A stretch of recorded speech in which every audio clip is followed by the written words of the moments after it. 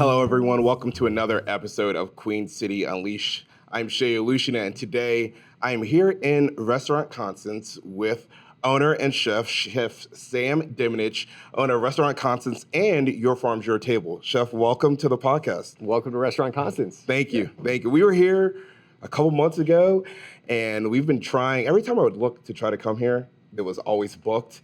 And I'm like, you know what? I need to be a little more proactive. And so I finally was able to get on the booking, and we came in, and it was, oh my gosh, it was so good. Thank you. Yeah. I remember when you all came in. I remember what table you sat at. It was so good. I had a ribeye. No, it was a Wagyu. Yeah, flank steak. Oh my gosh. Yeah. It was done in a way that I'm like, I would not have, what I ordered and what came out was not what I was thinking, but it was fantastic. Mission accomplished then. We got between the ears.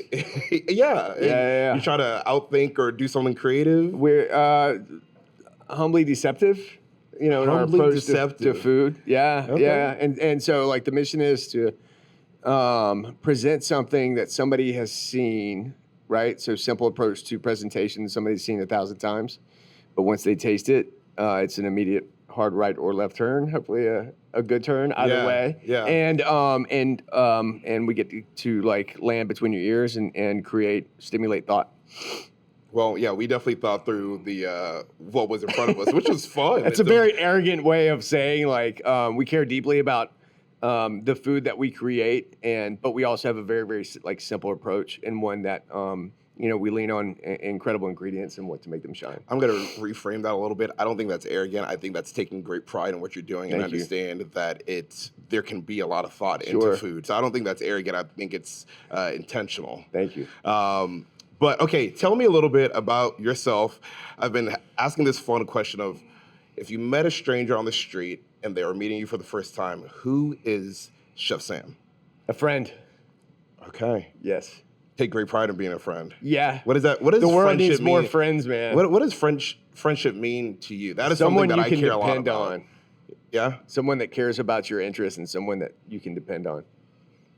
I appreciate that. Mm-hmm. I do. I think that's I feel that way about my friends. I want my friends to know that I'm here in your corner, whatever you need, and I hope the same for my friends in return. Sure.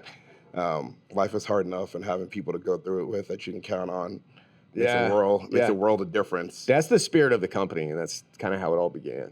Okay. So outside of a friend, tell me about yourself, how you ended up here in Charlotte. What was your journey to get you to the Queen City? Yeah, well, it all started in Myrtle Beach. Okay. Yeah, I'm a proud product of the Myrtle Beach restaurant industry, and like the culture that is.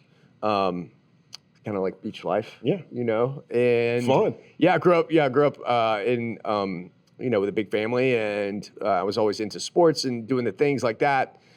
And then on the beach, surfing or skating if there were no waves, and then in the kitchens with, my family, my dad, or my uncles in one of the restaurants that we were operating in. Okay. Interesting. Yeah. So it's a cool way to grow up. I'm not like everyone who grows up near a beach town always talks about how great it is. And for us, as my family, the beach is just somewhere that we visited. It wasn't a place that we stayed all the time, but I like to visit. I don't think I could ever live in a beach, but I like to visit. Yeah. I'm a little terrified of hurricanes. So that terrifies me a little bit. Yeah.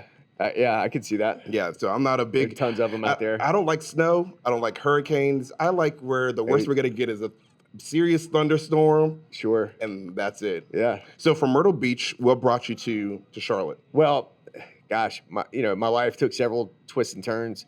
From Myrtle, I went to school in New York. I went to the Culinary Institute of America in Hyde Park, New York. Okay. And so that was 97.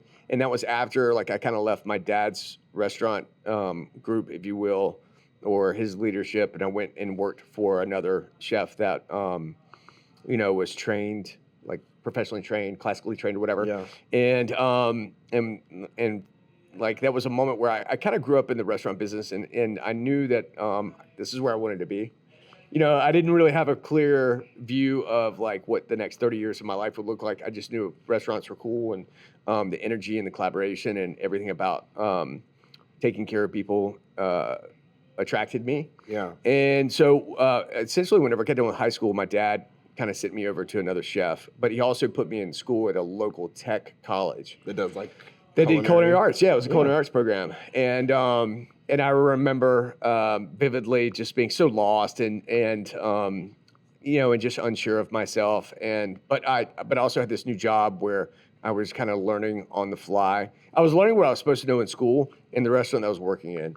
And so by the time, the second year, it was a 2-year program. So by the time the second year rolled around and we, could see the light at the end of the tunnel, so to speak, towards graduation and stuff, I found my feet, I found my footing.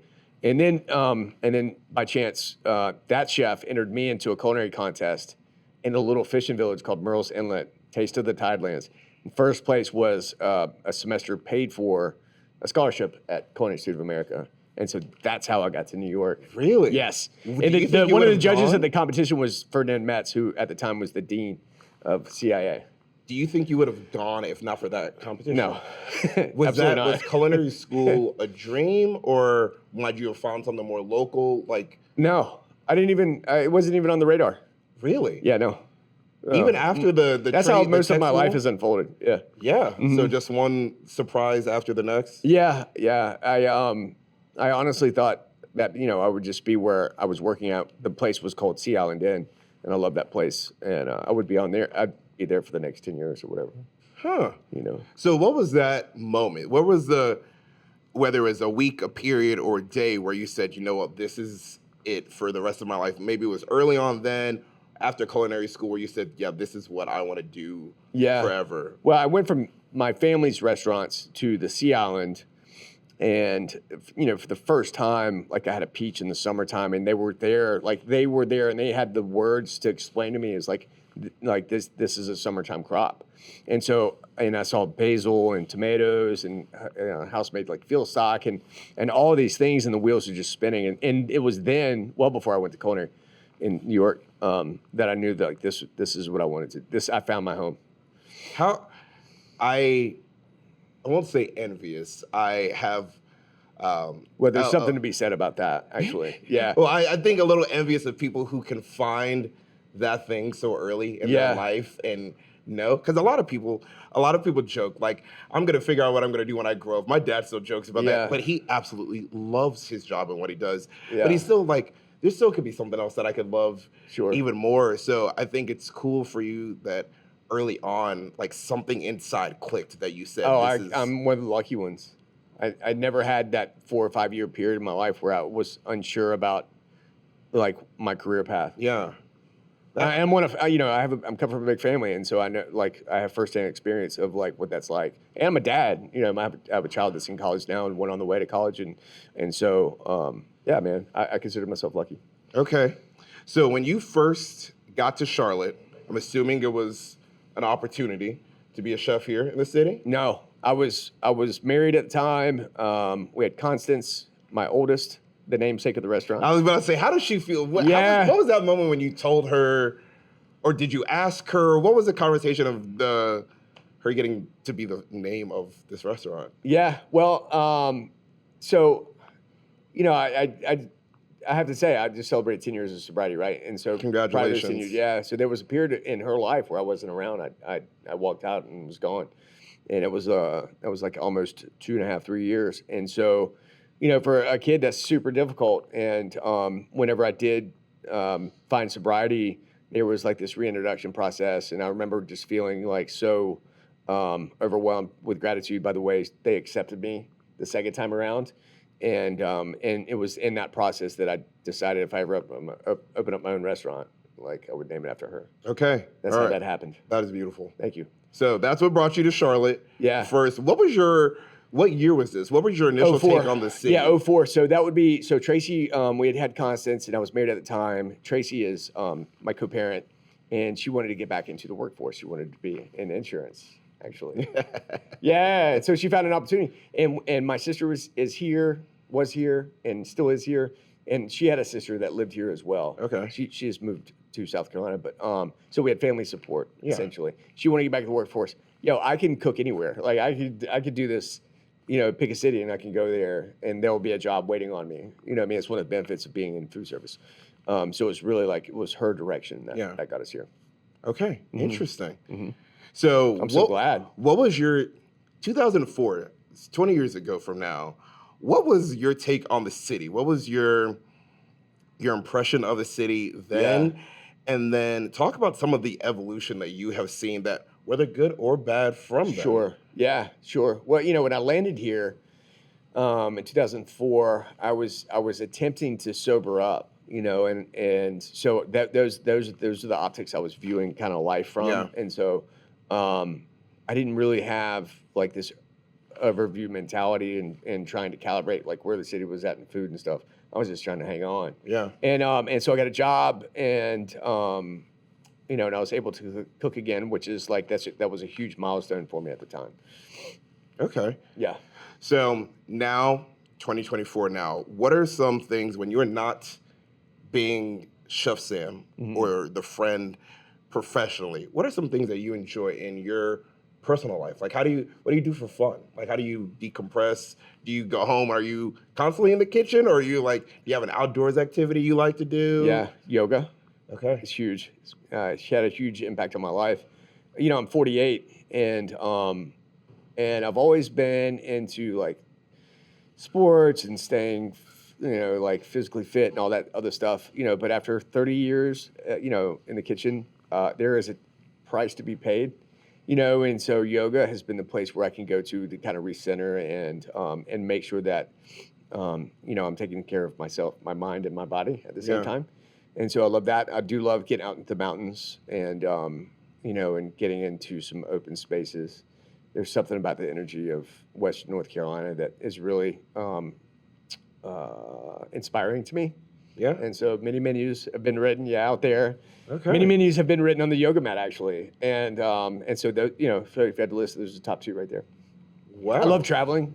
I'll be in New York this coming week with my daughter. That's fun. Yeah, so it's cool. Yeah. So you were in the Culinary Institute. Is that in the city? That is an hour and a half up. Okay. Hudson Valley. Do you enjoy, still talking about cities relatively, but do you enjoy New York City? What is your emotion towards New York City? Man, I love New York. Really? Yeah, I love New York. And I love the fact that, and it's probably due to my, just my experience in being an owner and operator and building a business. It's like, if you show up in New York, and you get a couple years under your belt, not only like working in that environment, but also living in that environment, you're a survivor, man. And I love that. I think it's important to always like seek. So there's like complacency. That's dangerous. Like one of those things, super dangerous territory. And then there's awareness, and there's like, you have to have this awareness to like, if you want to keep moving forward, then you have to seek inspiration. And so whenever I travel to New York, or most of my travels, that's part of the plan. You know what I mean? Is to kind of seek inspiration. But, speaking back to like the New York, the mentality, like I have a lot of friends that went through the restaurant circuit there and spent a couple of years there. And it's fucking hard, man. And so if you can survive that, that's pretty cool, and I find that to be a source of inspiration. Yeah, you can. If you can survive there, you can survive anywhere, basically. Yeah, survive and thrive. Yeah, absolutely. That's awesome. In Charlotte, what is one of your favorite things about the city now, outside of food, that you just appreciate about our city? Yeah, I think we're in a space now where I think that we're getting to the point where we're starting to ask ourselves questions, and I love that. I love that. Who are we? What are we doing? Yes. What direction are we headed into? Yes. What city do we want to be? So that's what I'm really in love with Charlotte about right now. Okay.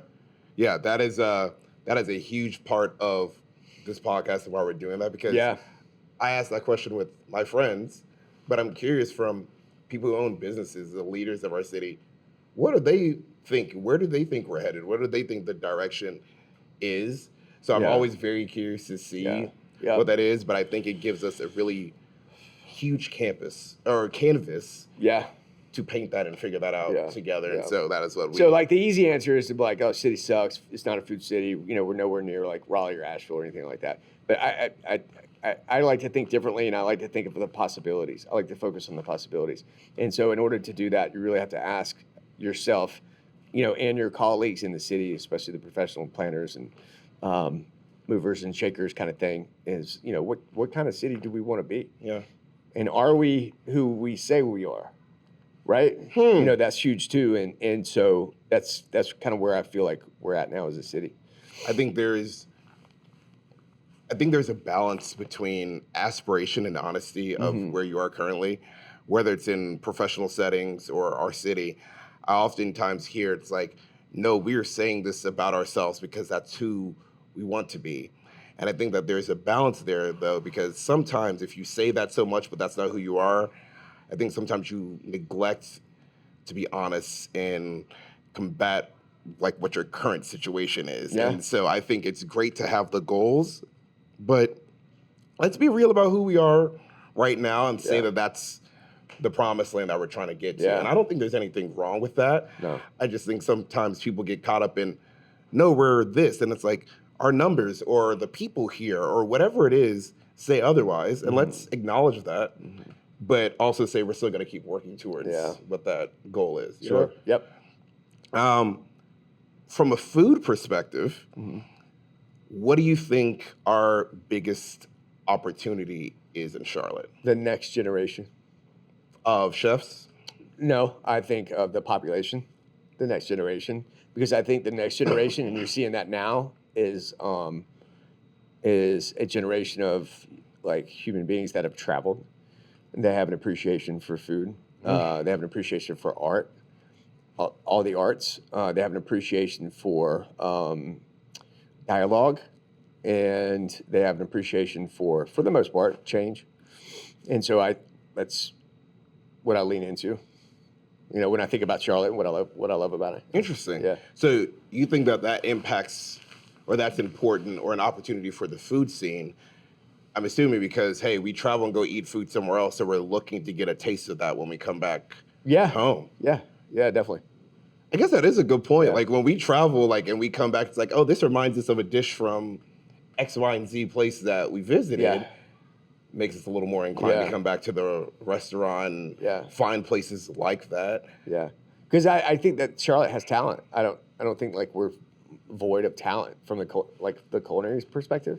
There's plenty of talent here. Yeah. What we don't have is we don't have a city that eats out 7 days a week. That can sustain a restaurant, even like a restaurant model like this, 7 days a week, or a bakery, or fill in the blank. Craft cocktail plate, like bar / restaurant or whatever. We're not. That's the next step for us. Okay. I look forward to taking it. I think that is. I've not heard anything close to that answer of the next generation that is coming here and the perspective that they bring and what. Well, they expect look from at South Park and look at Myers Park.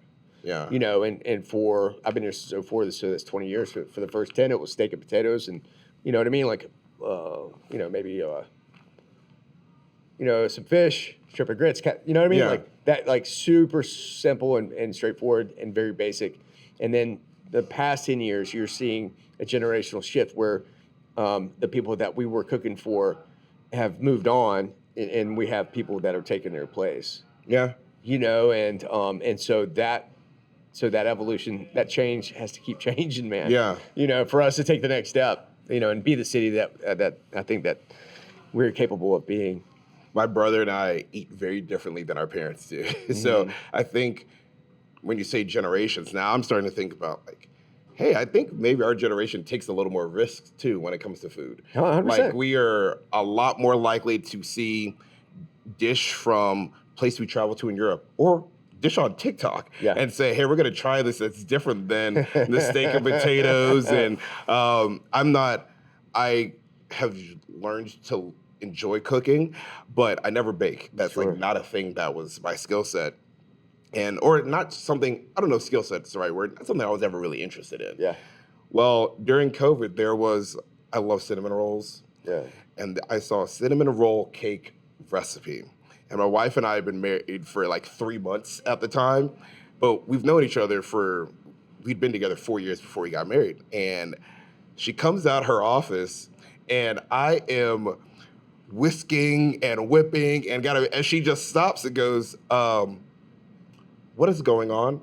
I was like, I saw a recipe just now online and I decided I had to make it right now, this moment. She goes, okay. All right. So I think that what time should I come back out of my office to have one of those cinnamon rolls? It was great. It turned out great. I've made it multiple times since then. But I think there is a difference in like the risk and how we think about food and what we're doing in the kitchen than maybe our parents or that generation that was like they had 10 dishes and the house was going to rotate those 10, maybe 15 if you're lucky, and sometimes it was 5 dishes that just got rotated. And now like we definitely are looking for unique restaurants, places who do stuff like you guys, that it's going to be unique and that's going to be thoughtful and fun. And we still enjoy a good steak and potatoes dish, but that's not, I feel like that is not the go-to for myself and my friends oftentimes. You mentioned this already, and I want to kind of give you space to talk about it. I've read a lot about you and your story, but a question that I normally ask people is like, what is your favorite brewery or your cocktail bar? I think in a world where people are opening the door to sober curiosity now, you talk about finding sobriety, and that's something, and I don't know if I've heard it like that it's something that you're looking for, and I guess I know there's never a destination, like it doesn't end, but it's always something you're working towards. Can you please talk about that? Because I think it's really important. I think it's interesting that it seems like Charlotte has a big culture of drinking, which I enjoy adult beverages. But earlier this year, I got to the point with our friends, we did dry January, just to kind of start the year off on the right foot. And some of my friends were like, where do we go to hang out or what do we do? And I was just like, whoa, like this is, like that kind of blew my mind of like, there are so many activities and things that we can do that don't have to take place in a bar or a brewery. And the fact that we froze for a second and didn't know what to do. So I kind of wanted to give you the floor to talk about your journey with that, your perspective on drinking, but then also in the food and beverage industry where that is often a part of the culture. Where should I start? Wherever you would like. How about your journey? Let's start with your journey first. So my journey, it essentially was like the same places that I learned how to cook in, including my own parents' restaurant, are the same places I learned how to drink and use drugs in. And so what's interesting and what's important to acknowledge about those scenarios was that was just the way it was. Like that was accepted. That was not frowned upon, and actually if you didn't, then it was kind of frowned upon. So anyway, that's kind of where I began, and then that's coupled with like addiction and alcoholism runs rampant in my family, so we have a genetic situation there, but it's my journey with alcoholism and addiction was one where I thought that first of all I fought it for I got sober at 38, I'm 48 now, it's sober like 10 years, so it wasn't like I got sober at a young age. It was a situation where I thought I could outrun it. I thought I could outsmart it. I thought I could outwork it, and I couldn't. And it caught up with me, and I fought it tooth and nail, and literally just ran out of talent. And so that also includes, we mentioned when I arrived here in Charlotte, I had a period of kind of like abstinence, and that was 2004, 2009, and I'd already been to treatment centers, I'd already been to detoxes, and I'd already been kind of through the ringer on recovery. And if I may say, there's one thing about sobriety, it's like you don't get to make the rules are made for you, and if you're on the fence about any of that stuff, addiction owns the fence, and so that was the the game that I played for a long, long time, is like, I will do this, but I want to do it my way, and so there was a serious lack of surrender there, and it nearly cost me my life. And so from 04 to 09, I'm abstinent, and I'm kind of like, I've got one leg in recovery and one leg out. And then by the time 2010 rolled around, or in 2009, life showed up, and I didn't have the type of spiritual defense that I needed to handle what was coming at me, and I leaned into alcohol and drugs, and it was a big relapse. And so, that lasted 4.5 years, almost 5 years. And it ended with the last year and a half, almost 2 years, with me on the street, being homeless, right behind the restaurant, actually.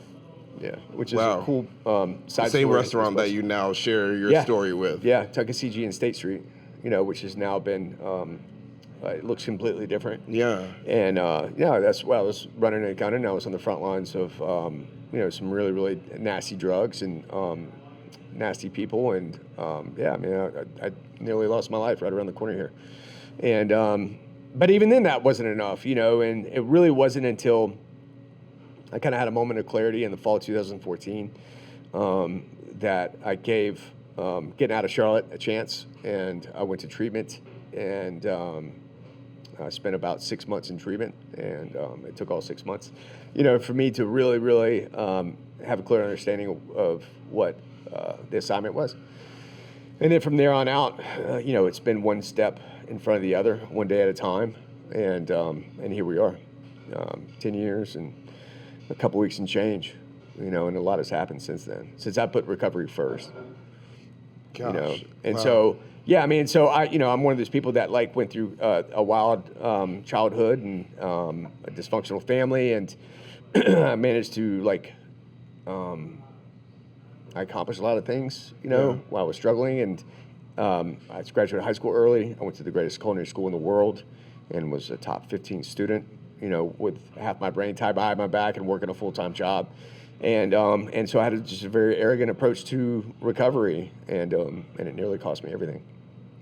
Well, I've read your story, hearing it from you. Just one, you don't know me very well, but I'm very happy and proud for you. Thank you. That is incredible, and I think what you do to tell that story, I think that you are very vocal and bold and proud of your story, and it's not pretty, but the fact that you proudly own it and share that, I think, makes the world a difference for so many others. And that's the biggest, if there was one reason why, I am vocal about that, is that there has to be a voice for the voiceless, and so we're sober out loud for the people suffering in silence. And also I have to mention Ben's Friends. Yes, that was going to be my next segue. Ben's Friends is a coalition that we crossed paths in 18 or 19, and we literally just had a meeting at this table that's right over here off camera this morning from 11 to 12, and there's a dozen of us all in food and beverage, mostly chefs, who come together once a week to support ourselves and each other. And it's a pretty incredible forum for those of us. I just mentioned to you that I learned to drink and drug in the same restaurants that trained me to be a chef, to be a part of inner change and outer change at 10,000 feet and 30,000 feet, and so we get to have influence over the kitchens that we operate in, or dining rooms or coffee bars or whatever the case may be. We literally have everyone from all parts of the service industry, and then we get to be kind of conductors of change at a larger level because people are watching us. Absolutely. This business gets a lot of visibility. Ben's Friends gets a ton of visibility, and I know that there's a lot of people that aren't quite where they want to be yet, but are looking for a sign, looking for somebody, looking, for support, and we're there for them. Wow. There is it's cool.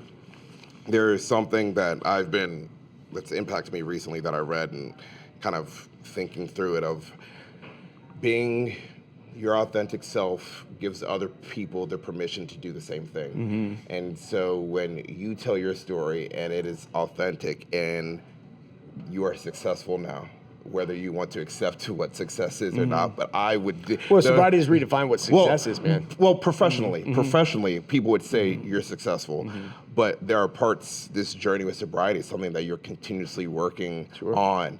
And I think you being authentic in that, hey, I might have a great restaurant, but there are inner parts of me that are continuously working, I think gives more people the freedom to say, if he can say it, I also can say it, and I can accept that.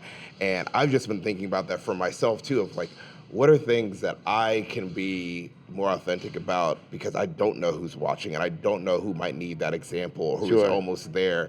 But I think when you use your voice, your platform, your restaurant, your business to talk about this, I think there are, like you said, maybe people who are close that you know of, but maybe people even from a distance that it's I enjoy going to his restaurant. I know this is a story, and one day it might just click for them that because he continues to live this life, I can also go and live this way for myself. But I just want to commend you for that authenticity that I think. Well, I know that to be true, and I'm glad that you mentioned that. But whenever I did get sober, and it took what it took, as long as it took, whenever I did have that mindset shift where I was like, all right, cool, so this is what I need to do, and whatever happens, happens. Yeah. You know, if I sell shoes or if I get to cook. Yeah. You know what I mean? Like, I just know that I need to put sobriety first.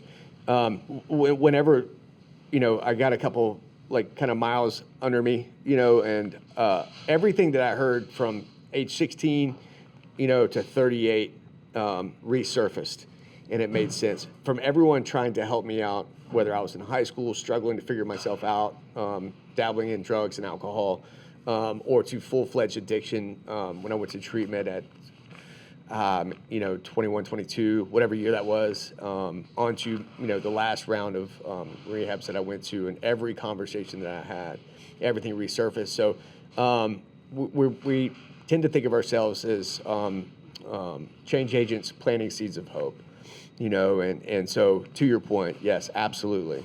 It absolutely is important. Well, how do you think that has changed? And this is not to slight any place you've worked before, but how do you think this changes you as a leader in your business, in your restaurant, as a lead chef? Oh man, so many ways. What can you tell me some? Because I think that's got to be, like, you are probably now more the leader that you aspire to be, or continuing to aspire to be, than the leader that maybe was the example that was for you before. Yeah. I mean, this is one thing that recovery has taught me, is humility is a verb. You know, and so kitchens are traditionally bastions of, like, arrogance and self-validation and all that. And so, you know, so that's number one. And then number two, it's like, you know, just the approach that we have to whether we're cooking at an event, whether we're in the restaurant, it's an act of service. And so to be of service to somebody else is an exercise in humility, and so that's the approach. So that's how we manage whenever we discuss different operating strategies for whatever branch of YFYT that we're operating in. Like, that is the mantra. Yeah. And so you have to come from a place of humility and equality, right? And so there's lack of hierarchy there, if you will. And so that's a big part of the work culture that we cultivate here. Wow. Yeah. And so it's impactful. We're getting results. Yeah. We're getting results. Yeah. And what is I want to hear a little bit of a humble brag, but I know it has to happen. Can you share some of the feedback that people who have worked in your restaurant with you now, what their feedback is from just the rest of the industry in general, where that humility isn't the goal? Like, what is that? How does that carry over to them? What are some of the things that they say about this culture? And it's not just you, but it's a team of you that create this culture. What is that feedback that they provide? Yeah. Well, I mean, I think the one thing that stands out is, like, you can operate on an elite level and not be an asshole. Like, that's a big jump. That's a big jump, right? That's very real. Like, you don't have to, like, okay, so there's another thing we talk about in the back. We talk to each other, not at each other. So you can talk to another human being about some feedback, right? And a little more salt, a little more hot heat here, you know, whatever the case may be. And by doing so, the message, it lands a little softer, a little gentler, but hopefully it's processed more thoroughly. Right. You know what I mean? And so what we see in the back there, and you know, just from a humble brag standpoint, is you know, it's like I don't know if there's anything better in life than seeing the lights go on for somebody in the back or the front, where they're like, oh, I get it. Yeah. I get it. This place is different. Yeah. Yeah. And they are who they say they are, you know, and I can show up as my authentic self to this place of business, right? And be supported. Yeah. In absence of judgment. So if I were to humble brag, like, that would be it. That would be number one, because why I love cooking for people. I love having a full restaurant. I love employing people. I love paying people a proper wage. I love getting to be a part of shaping their lives. Yeah. In the present and in the future. ideally. And so that would be it. That to me, what you just explained, that to me is true leadership. It is not just the dollars at the end of the month or the year. It is not the butts and seats, but when you start with your team and then go into all these other things, I think that is what makes a world of difference. And I'm just, this is what makes coming into a restaurant like this or telling people to go to a restaurant like this that much more fun. Thank you. Because it's like you're not just eating good food, but the story behind it, the people behind it, you're supporting them. And it's like, these are the people that deserve to be supported. Like we have tons of corporate chains and restaurants that pop up in our city, and some of them are better than others and some not so hot. All you are is a set of clogs, man. But like, I think you are, and how you best take advantage and deliver a message and a purpose for people in that, I think is special. Thank you again for sharing your story with me. I appreciate it, and I know that many others will. Now you're part of it. Yeah, no, I'm honored. Thank you. Yeah. All right, let's get to food. Yeah. Restaurant Constance, your farm's your table. Sure. Talk about the origin of that and which came first and how they tie in together the way that they do. Yeah. So we have to go back to the pandemic. In March 17th, I was laid off. Like everybody else in the state. Restaurants were shut down. Yeah. Gathering places were shut down. And I honestly did not see the pandemic coming. It was not on my personal radar. Like I was more focused on summer menu, and while I wasn't immersed as much as I am now in the news cycle, I was off guard. And so anyway, so there was a lot of shock that took place and sadness. You know, it's very, very sad to let an entire staff go and give them a bag of. We gathered everyone. We gave them a bag of vegetables, eggs, and you know what I mean. Yeah. In a pandemic, like you have no idea what's going to happen next. And you don't know if you're going to see these people again. Yeah. And so anyway, so there was a lot to process, right? And I was 5 years sober at the time, and I thought I'd done everything I was supposed to do, and so there was a whole lot of reckoning that had to take place between the ears, so to speak. Like, why is this happening? Yeah, to a certain degree. Not necessarily to me, but to all of us, you know. And the politics, of course, were upside down, and I just couldn't disagree more. I couldn't disagree more with the direction the country was going in. And so what I did is what I was trained to do in recovery, and that is lean into the solution. Don't manifest the problem. Lean into the solution. So what's the solution? The solution for me is I'm a cook. And so I can be of service to the community. Yeah. And so, the next question was like, all right, cool, what does it look like? So the next day I get a call from one of my favorite farmers. His name's Isaac. Owns a farm called Harmony Ridge Farms. And he's been a partner of ours for a long time. And he's, he just called. I guess he wanted someone to talk to or wanted to touch base and say, I'm down 35 wholesale accounts. We're talking about March, so the spring vegetables have been harvested, summer's in the ground. There's a lot of uncertainties. And so I ended that call, and then the next day I found myself in Waxhaw, which is a very fancy neighborhood here just south of Charlotte, at a friend's house. Yeah. And I remember I was grilling out, and I was looking at the grill, and the wheels were spinning from a phone call, and leaning into recovery, trying to ask, a power greater than myself, which direction I should head into. And I'm looking at the grill, and I'm looking at the vegetables that I'm cooking. They're from Harmony Ridge, and on one side of the grill, and then I had some flank steak on the other side, Wagyu flank. It's one of my favorite cuts. Still on the menu. You do anyway, ironically. And so I had this idea to like, maybe if I could just go to his farm, Isaac's farm, and buy whatever he's had, put some money in his pocket, bring it back to the house, lay it all out, and engineer a 3-course menu. I could cook it, box it, bag it, deliver it with my dog, my pit bull, Sandy. We could use our voice to hopefully make a connection, maintain a connection between the community and the farmers still be around post-pandemic. Yeah. The mom and pop farms, not the big ones, the mom and poppers. And in the Food Network episode that I was on, Beat Bobby Flay, just aired at the end of January. And so I had this new kind of audience on social, and it was just it was an idea. And so the 23rd, I'm laid off on the 17th. All this happens the next couple of days. The 23rd, we serve our first meals. And so that's how it all began. Yeah. Yep. And so I would just leave every single morning and go to a market or a farm, hang out with them as long as I could, bring it all back, and then again, like cook it, box it, bag to work.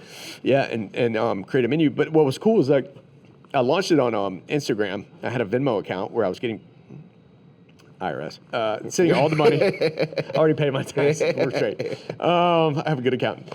And so what I was getting at is like what the cool part about the early days was nobody knew what they were getting. So you didn't tell people? No, I didn't know. Oh, yeah, wow. It was absolutely. So I love improvisational music. I love jazz. I love the Grateful Dead. I love Widespread Panic. I love a lot of bands that the script is unscripted. Yeah. And so I leaned into that. I leaned into recovery. I leaned into the fact that I can cook for a living. And I knew I needed to be of service. And I had to do something what was going on between the ears because it was going a little crazy. So if I would pay you, say in the morning, and say I want a meal. Yeah. You haven't gone to the market yet to know what you're going to have. You don't know. So I've paid you for a meal, and I have no idea what's. Yep. That's a lot of trust that people give you. Hopefully, a lot of the people will see this, and so thank you very much. We're super grateful for that. But yeah, no, that was everything right there, and it's funny. It was the worst business model ever in the history of business models. There was no name of the business at the time. There's no website. There's no menu. You know what I mean? Like it was the worst business model ever. But somehow, some way, we made this thing work. I feel like that was a COVID business, though. It was definitely a COVID business. But like that works. Like I feel like during that time, it works. I don't know if it's a bad business model. Yeah, we had fun with it. I have to give credit for my sister. She was out. She's a teacher. Is and was a teacher, and so she was out of a job, and the business was picking up, and we actually delivered unknowingly to a food critic / writer, and she loved everything and wrote this glowing review. And next thing you know, we're doing from 10 meals a day to 20 to 30 to 40 out of my apartment. So if you got a meal that's 3 courses, so that would be 100. If you're doing 40, that would be 120 meals. Yeah, it was amazing. It was amazing. It was a lot of things, but most importantly, it was amazing. I had my children helping me out. They're co-founders. And and so my sister came in and she helped like organize like the bags, the boxes. We had delivery apps like, what do you call them? Navigation apps? No, I didn't use DoorDash. No, navigation apps and no third party. We wanted to keep everything in-house. And so, but she helped like, we would have lists of delivery names, addresses, all the things. Mapping your route, basically. Mapping the route, doing all the things. Yeah, all the things I'm incapable of doing. And so that's how it all began. Wow. Yeah. What are your kids talk most fondly about from that time? Like, I feel like that's got to be a cool thing. Like, hey, dad's doing this business. He's running around the city making meals. And I'm assuming both of them are affected school-wise from the pandemic at some level. They're home. So what is it like? What do you guys get together now and laugh about? It's like, do you remember this thing that happened during this time? Yeah, I mean, obviously we have fun with it, but it was super hard work, and I'm sure that they'll remember that. But and we really didn't know what we were doing, and we got busy super quick, and so it got kind of crazy. But I do know that they'll always remember being a part of the birth of YFYT in my little apartment. Okay, so from YFYT. I'm moving here. So if I remember correctly, were you not, at one point, did you move into some part of this area to also be cooking? Yeah, so we're sitting in Restaurant Constance, which is a part of City Kitchen. Yeah, and so I it's so cool. Like, all right, so I had to move out of my apartment. This is September of 20, and the heat was on. Like, I felt like the health department was going to show up and shut me down, and my neighbors, I'm sure, could not be happy about everything that was going on. You're talking about like 40 meals. Like it was a business running out of my apartment. And so we were starting to hire drivers and there was all kinds of traffic and parking and all this other stuff. So anyway, I'm nervous and I'm thinking that we're going to get shut down. Somebody's going to call the health department and they're going to close everything out and it's all going to be over. And so I started reaching out to different places. And we actually had a friend of mine that made her kitchen available, a commercial kitchen available. It was down 77 in Clanton. And so we had signed an agreement. On the 11th hour, City Kitchen reached out, and this is where it gets kind of cool. And they loved what we were doing, and it was essentially like a kind of name your price kind of scenario. And so I did, and they said, okay, cool, come on in. And so we started in the back of this building here in like a little 346 square foot wedge. They put me in front of the bathrooms, actually, which is kind of funny. Yeah, and so that's humble beginnings, man. That's where we began. But from there, it was just me. Soon after that, we started doing events. Karen Voss reached out, and she was trying to get her daughter married. Lost a big deposit in California. I think lost another one in North Carolina at the Biltmore. This is COVID, so everything's super fluid, right? What could be open on Monday would close on Tuesday. And so finally she just called me up and she was like, can you just come to my house and cook for 14 of us? And we promise we'll stay in the backyard, just make that dish from upstream, which used to be my previous employer. And I said, yeah, of course. And so that was like the dawn of our events division. Okay. Yeah, and so we do a lot. I mean, we're going to do 6 or 7 different events this week. And so it's just cool how, everything, like the stars have kind of lined up for us. Yeah. Soon after that, Christian McCaffrey called me, former running back for NFL Carolina Panthers. He needed a personal chef, and so our personal chef division was born out of that. I would cook for him breakfast, lunch, and dinners 5 days a week. I want to take a time out real quick. He's like a Charlotte legend. Legend, yeah. How cool is that? Like, have you cooked for a pro athlete before? Yes. Yeah. So, I mean, but like, how cool is that he calls you and is like, hey, can you be my guy to, like, and they also. I thought it was one of my friends screwing with me. Really? Yeah. I thought for sure it was somebody pranking me. Is there anything that you can tell us that he eats strange that won't give up too much of his personal business? Is he like, Tom Brady's got like the avocado ice cream. Does Christian eat anything uniquely weird, or is he particular about anything? Or he just kind of let you cook? No, just no gluten, no dairy. Okay. Yeah. Well, which feels pretty normal for a lot of athletes. Inflammation's a thing. Yeah. No gluten, no dairy. Yeah. And so if I do that, I could look like Christian McCaffrey. Yeah. I became a better cook for it too. Really? How so? Because I learned to be super creative without including dairy or gluten. Which I guess probably comes very naturally in how you were brought up and when you think of food. Well, I mean, it kept me on my toes, that's for sure. Okay. Yeah. So you started with him. Yeah. That's just so cool. Yeah, and so soon after that we moved into, so we're in the dining room restaurant Constance. The other side of this wall is the restaurant Constance kitchen. And the other side of that wall is the YFYT kitchen. Okay. And so we quickly outgrew our space in the back corner and moved into this kitchen over here, the YFYT kitchen. Okay. And Sam Hart was running a restaurant called Counter here in this space. Yeah. He opened it in September of 20 and had found some success. And coincidentally, he was walking down that hallway, back behind that door over there, and had mentioned to me if I knew anybody that wanted to sublease the restaurant space. He was looking for something larger. And I said, well, I guess I'm opening a restaurant. Yeah. And I'm naming it Restaurant Constance. Oh, yeah. So man. That's how we got to here. That is awesome. Mm-hmm. That is so awesome. You mentioned part of your journey was the farms. Yeah.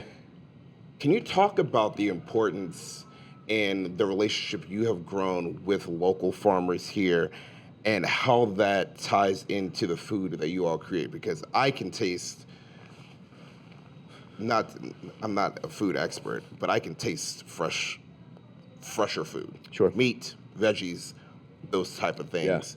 Yeah. And there's a difference when you eat here that you feel like, I feel like there's a difference in me not feeling as heavy also, like when I walk and it feels light, but it tastes good. What is your relationship with those farmers? And can you talk a little bit about the importance of supporting those farms and ways that people can do that in their personal lives? And then again, what you guys are doing with them. Yeah, so I love talking about this. I have always been an advocate for supporting local, but I've also always been in a restaurant. And so they'd always come to me. You know what I mean? Or I would go to a farmer's market, but I never really had the time or the mind space to actually take a time out and travel to a farm. You know what I mean? Yeah. I have, but it wasn't something that I did consistently. And so whenever the world shut down, I didn't have a restaurant to go to anymore. And so there was no reason for me not to travel out to farms. And so I did get a chance to, I made that just part of what I did. I was like, I just want to learn more about, the food that we purchase and what's grown locally. And I want to learn more about the people that are growing them. I want to be able to tell the stories. And so what I quickly realized was that forever, ever, chefs always took credit for all things that happened through food at a restaurant. And I found that to be completely backwards. And the reason why is that, spending a day at a farm or multiple days at a farm, you get to see you get behind the curtain view of what life is really, really like, and that to me it was almost like having a spiritual awakening, because I've been cooking all my life, and I've been creating all of my life. And I thought I was not that I was a finished product, but my thought process was about as close to being a finished product as possibly could. And what I realized, what was happening within me with what I was witnessing, and you're seeing people just work their ass off all day long. No, they don't even know if they're going to get paid. You know what I mean? Like, they think they're going to get paid. They don't know how much. Like, you have a day job, right? You know what you're going to make, right? And so I do now. I always did before. But these people, this is one lifelong leap of faith. And it's extremely hard work. I work a lot, 14, 15 hours a day, 100 hours a week, whatever the case may be. They work more, and they work harder, and they work under different circumstances. And I found that to be completely inspiring. And so it was almost like I started over from ground zero in the creative process and worked my way back up again. And so for the longest time, you would think, or I would think, whenever I'm creating, I start with a protein, whether it be beautiful lamb or a tuna from the West Coast, and so then I found myself, it's almost like the script was flipped to where I would create based on whatever was growing in the season or whatever is being harvested on the farms. So we have seasons and sub-seasons. We're in North Carolina. There's like 12 seasons. Yeah. So anyway, and it was all attached to what I was witnessing, and it was happening kind of subconsciously. Like, I really wasn't aware of it. But it was this huge transition within me where I looked at food completely differently. I looked at the creative processes completely differently. And I was like this new person. And I don't know really how to say that without telling you that, like, that's everything to me. And so what happened in 2020 was absolutely horrible. The country shut down, and we're still paying a price for it. But I think there are choices that we get to make as individuals on how we want to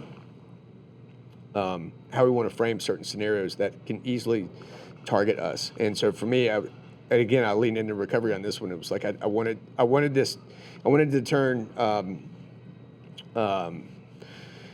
tragedy into triumph. Yeah. And so beauty from pain. That's how I came out of it, man. And I came out of it community supported, and with this almost like this new lease on life as a cook. Man, what you just explained, I don't think my wife and I ever articulated it like this, but we started being part of a vegetable share from a CSA. farm, and it's been great. But we also, and it just clicked when you said it, but we also now started cooking with the vegetables in mind first, because you want to use them, you want to make sure that they don't go to waste. Like, you want to make sure you really get the most out of them. And the seasonality of it, there are things that we cooked over the summer. That was the first time we ever cooked anything. Like, she started making these zucchini fritters. I was like, I'm not vegetarian, but if I had to be, this would be one of the things I ate almost all the time. Oh, I love them. And just random, new one, because it's fall and North Carolina makes, I think, one of the top states for sweet potatoes. We made homemade sweet potato gnocchi. If you had asked me things that I would be willing to try to make, that's absolutely not one of them. Yeah. But we got a whole bunch of sweet potatoes, and it's like, you have your classic way. You can make a baked sweet potato, make sweet potato fries, and it's like, how do we step this up? Sweet potato gnocchi was incredible, and we have more. And she was like, what are we going to make with these? I was like, the gnocchi again? Like, because it was fantastic. It was so good. We're going to make that again. Yeah. But we started really cooking with the vegetables, because before it's like, all right, we'll take a meat out the freezer and then go from whatever vegetable and throw it to the side. And now there are things that we have made where zucchini fritters, the star on my plate that night was the zucchini fritter. The sweet potato gnocchi, it is the sweet potato gnocchi that is, and it's not, and not to say that you also can support your local farms that have meat and things like that too, but now it's been a lot more of the vegetables for us. Yeah. And it didn't click that our order changed until you talked about how your process completely changed too. Yeah. That is so neat. Yeah. All right, as we get closer to the end, I think your story is really fun. Thank you. And I think it's very honest. Yeah. And I think there's a lot that me personally, I could take away from this. I started telling people recently, it's like, I'm loving doing this podcast because I'm sharing stories of people. But if in a year or two, nobody's listening to this podcast and I'm still doing it, my life is the better for it because I have met really cool people and I am learning things from people that I can take into my own personal life. Yeah. So again, thank you for giving me your time. With your journey up until now, and that continues to go, I want to ask two separate questions, same question but different ways. What message would you give to yourself at age 25, 30, when you're not sober yet? If you saw yourself on the street and you could hold yourself and give yourself one message, what would that message be? Yeah, listen to your gut. You can do hard things. Listen to your gut. You can do hard things. Yeah. I'm one of those people that knew that I drank differently and I used drugs differently than all of my friends did. But I spent probably 3 decades trying to convince myself that wasn't true. And then as a chef, same question. What would you tell yourself as a chef? It might be the same message, but what would you tell yourself as a chef 25, 30 years old? Yeah, don't mask fear with anger. Don't mask fear with anger. Yeah. Huh. Yeah. Energy budget is important. Energy budget? Yes. Yeah. I mean, so like anger is it was the way we were taught. I have one leg in this generation, one leg in the previous one, and the way we express ourselves in the kitchens whenever I was coming up was to be loud and be very personal and be angry. And anger is an expensive emotion.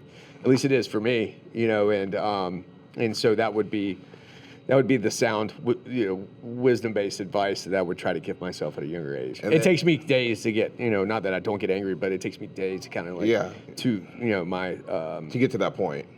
Yeah, my just for my body to settle, and my mind to settle.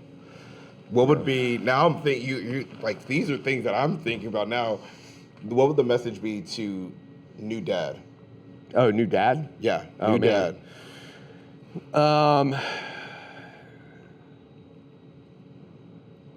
Yeah, those are your best friends.